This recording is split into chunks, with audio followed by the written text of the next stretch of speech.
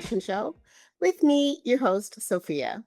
So today is a solo episode, and it's all about a question that I asked um, in an email to my email list.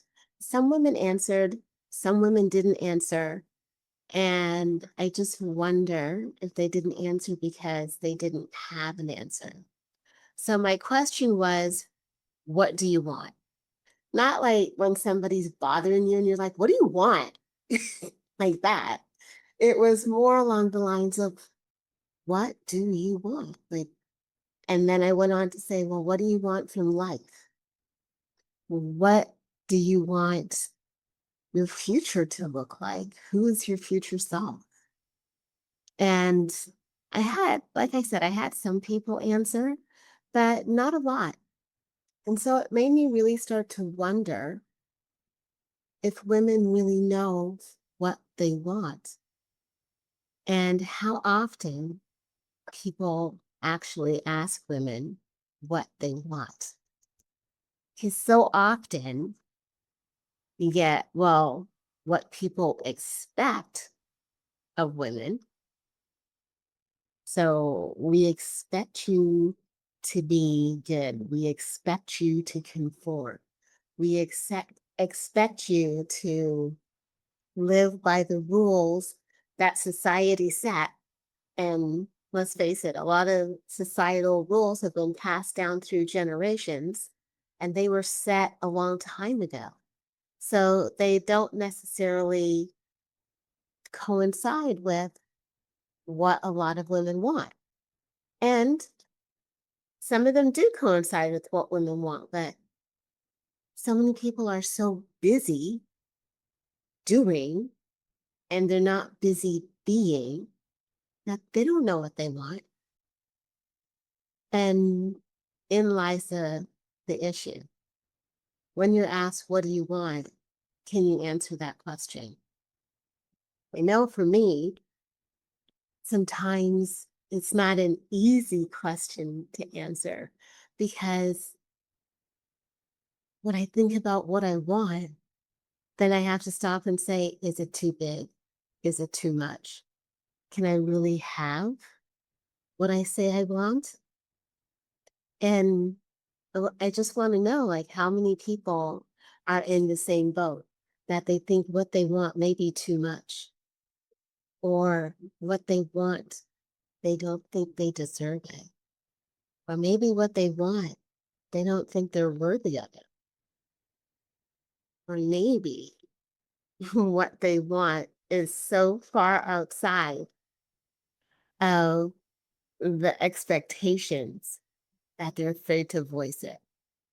So, as you know, I talk to single professional women over 40. And and honestly, I've been wondering if I should change that because words have meaning, and I'm just wondering what meaning it conjures when I say a professional woman. But then if I say a high achieving woman, what words do those conjure in your mind? Because for me, you can be professional and you can be high achieving, and it doesn't have anything to do with your job, right? So honestly, I think most women are high achieving when you consider all the things that we go through, the people we take care of, when they're not taking care of ourselves, when we are taking care of ourselves, and what we do at work. All those things, if you weren't high functioning and high achieving, you wouldn't be able to get all those things done. And being professional also, because I guess when I talk to people, both kind of imply that you're in a corporate setting. And maybe you are, and that's cool. But maybe you're not. Maybe you're in the medical field, which is not a corporate setting. Maybe you're an entrepreneur. And of course, you're still professional, you're still high achieving, but you're not necessarily corporate. And I think both of those words have people kind of leaning towards, oh, well, she's not talking to me because, she must be talking to a corporate person. And yes, my background is corporate, but that's not necessarily who I'm talking to. So you know who you are. You know that you're high achieving because of all that you've been through, and you're still standing. And if you're doing something that's creating money for you, then you're a professional. So either term that I use, yes, I'm talking to you. But here's the thing. I have realized that even more than that, I'm actually talking to child-free or childless women, single women over 40. And why? Because that is a group of women who, when you ask them, what do you want? A lot of times that question gives them pause because I'm supposed to want a husband and a family, or is it okay if I don't want a husband and a family? Or maybe I did want a husband and a family, but circumstances in life may have gotten in the way.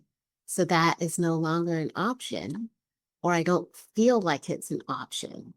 Or maybe the husband's an option and kids are not an option. So there's this whole set of women who nobody's really talking to. And I know that a lot of them feel like outliers because it's almost like, okay, well, yeah, I'm dating myself, but there used to be, what's it? Forget the name of the store. And people used to be like up at the window like this, open, open, open. But they were always on the outside looking in, waiting for something to open. And a lot of the women that I'm speaking to kind of have that same feeling. Like they're on the outside looking in. Because once you get to a certain age, a lot of your friends, they have kids. A lot of the conversations center around kids and what you're doing with your kids, what things your kids are involved in, and the latest pictures of your kids. So if you're a child-free or childless woman over 40 and you don't have any kids, all of a sudden you don't feel like you fit in anymore. And then what? Is there a morning for a life that you wanted and didn't get because you had a plan and life had other agenda items that weren't going according to your plan? And do you feel a sense of shame or guilt? Because I know, again, with a lot of the women that I've been speaking to, there is a little bit of shame because they're not the wife, they're not the mother. And even if they're not the wife, they're still not the mother.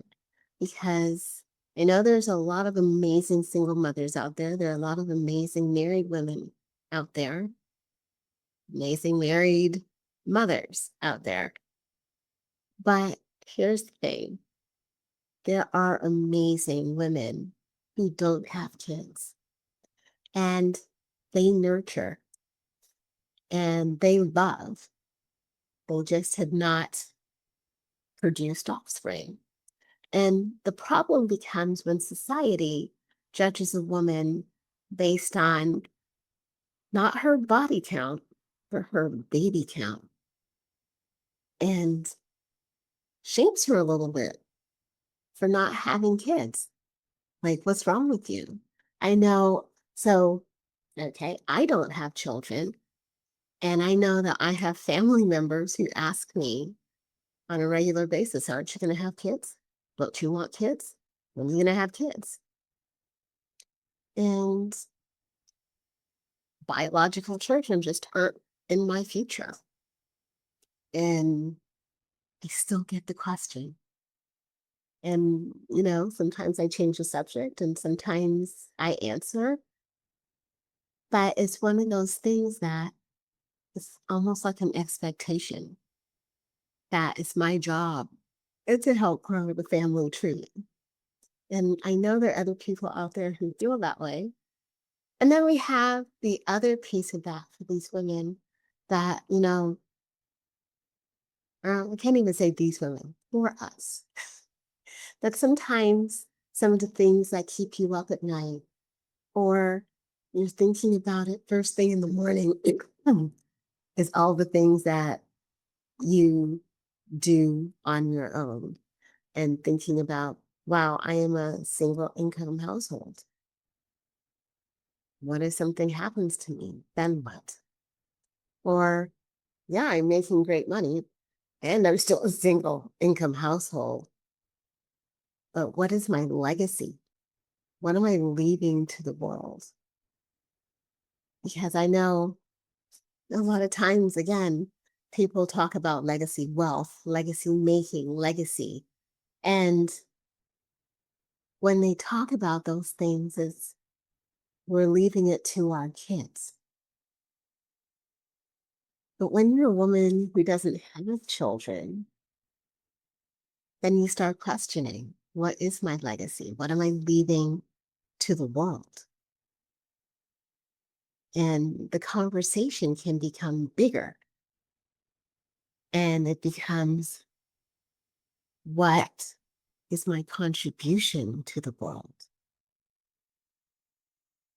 And so I wonder if that's why some of the women didn't answer the question because they're like, well, how exactly do I answer that question? What do I want? Do I want to put voice to it?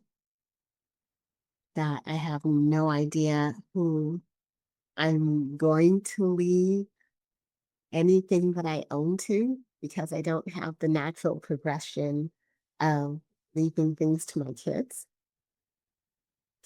Do I have nieces and nephews that I might want to leave things to? Or maybe I don't. Do I have siblings? Or maybe I don't. Or maybe am I the young one and everybody's older than me? So, given that we don't know how long we have here, is one of the issues that, well, who do I ask to take care of my things and when I'm gone, right? Is it, do you, if you have brothers and sisters, it's like, do I want to put that burden on them? That's a conversation. That's definitely a conversation to have. Who is going to take care of your, well, your funeral or your, who's going to be the executor of your will or the trustee of your trust? When you start thinking about all those things, it can become overwhelming. And then when you ask, someone asks you, when no one usually asks you what you want, what do you want? It's like, well, what do I say? You know, I want good health. I want, I want to have a legacy. I want to leave something to this world. You know, I want to. So that's the thing. I ask you, what do you want? And I would love for you to really think about what you want.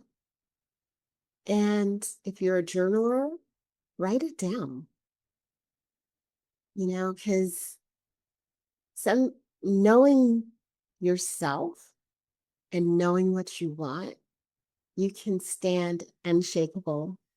You can be unapologetically you. You can be unstoppable. But you have to really take the time to ask the question and answer the question. So I ask you, what do you want? Now it's time for you to ask yourself, what do I want? And sit and be. Stop doing for a moment. Because maybe you are that woman who is taking care of her elderly parents. And that's not an easy task. Maybe it's because you're the one who has the proximity. Or maybe it's the one you're the one that, well, she doesn't have a family, so she can do it. Or at work, you stop and you think you're always on the grind, but are you the one who's always picking up everybody else's slack? Are you the one who they're always asking to stay late, come in early, go travel because you don't have a family? And you just do it because it's what's expected of you. But have you taken the time to slow down and ask yourself, what do I want?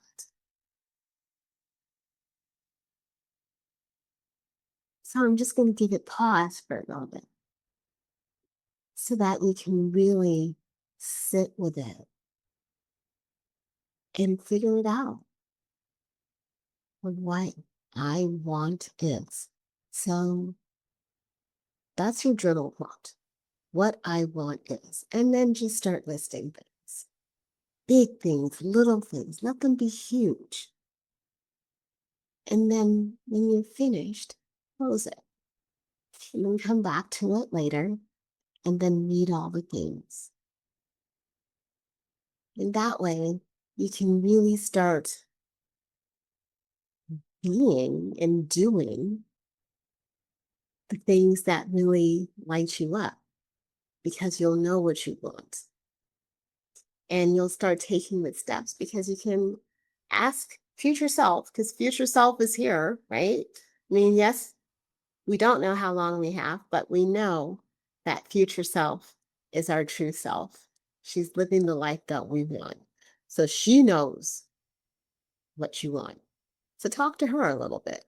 Ask her what she wants and start stepping into the identity of her, which means you'll be doing things today, whether they're big things or little things, stepping into that identity and becoming the truth of you, who you've always been before all the expectations, before everything got put on you, before the shame, before the guilt, before all the beliefs that were formed, before all the stories. She's your truth. And she's the one that you're stepping into. She's future self. So talk to her. And maybe she can help you out with what you want because she has what you want. So anyway, that is it for today. If you would like to work with me, follow me, get in touch with me, all the information's in the show notes. So on Facebook, you can find me at Sophia E. My lovely face is there. On Instagram, I actually have two different Instagram accounts. Why? Because it just worked out that way. So all of my coaching stuff is on Create Life Your Way because living a fulfilling life is being able to create life your way. That's why it's a message. It's the name of my company and it's one of my Instagram accounts. Because that's what we're here to do, not create the life somebody else wanted for us, but to create life our way. So yes, that's my coaching Instagram account. And you'll find some inspirational things on there, offers and whatnot. And then my other account is Sophia underscore I underscore got underscore IG. And yes, it's a weird name, and there's a story behind it. So let me just tell you the story real quick because I think it's funny. I was in a photography group and we were out and we were shooting, and it was a while ago. And they were like, "Well, what's your Instagram account? So, we can share Instagram accounts and we can share our pictures." And I'm like, I don't have an Instagram account. And I was looked at like I had three heads or something. Like, what do you mean you don't have an Instagram account? So on the drive home, I was a passenger, and I was like, all right, fine. I'm going to create an Instagram account. And I was like, Sophia, I got IG. So that is how that name came about. And I've had it for so long that I don't want to change it now. So you can follow me there and you can see a lot of the travel things that I do, some of my photography.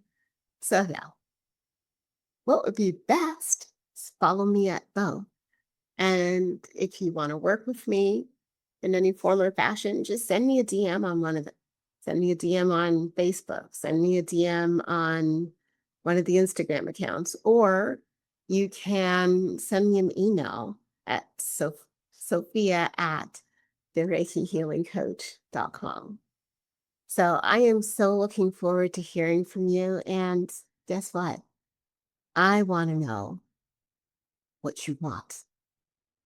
And I'm hoping that you're going to tell me. All right. Until the next time, talk soon.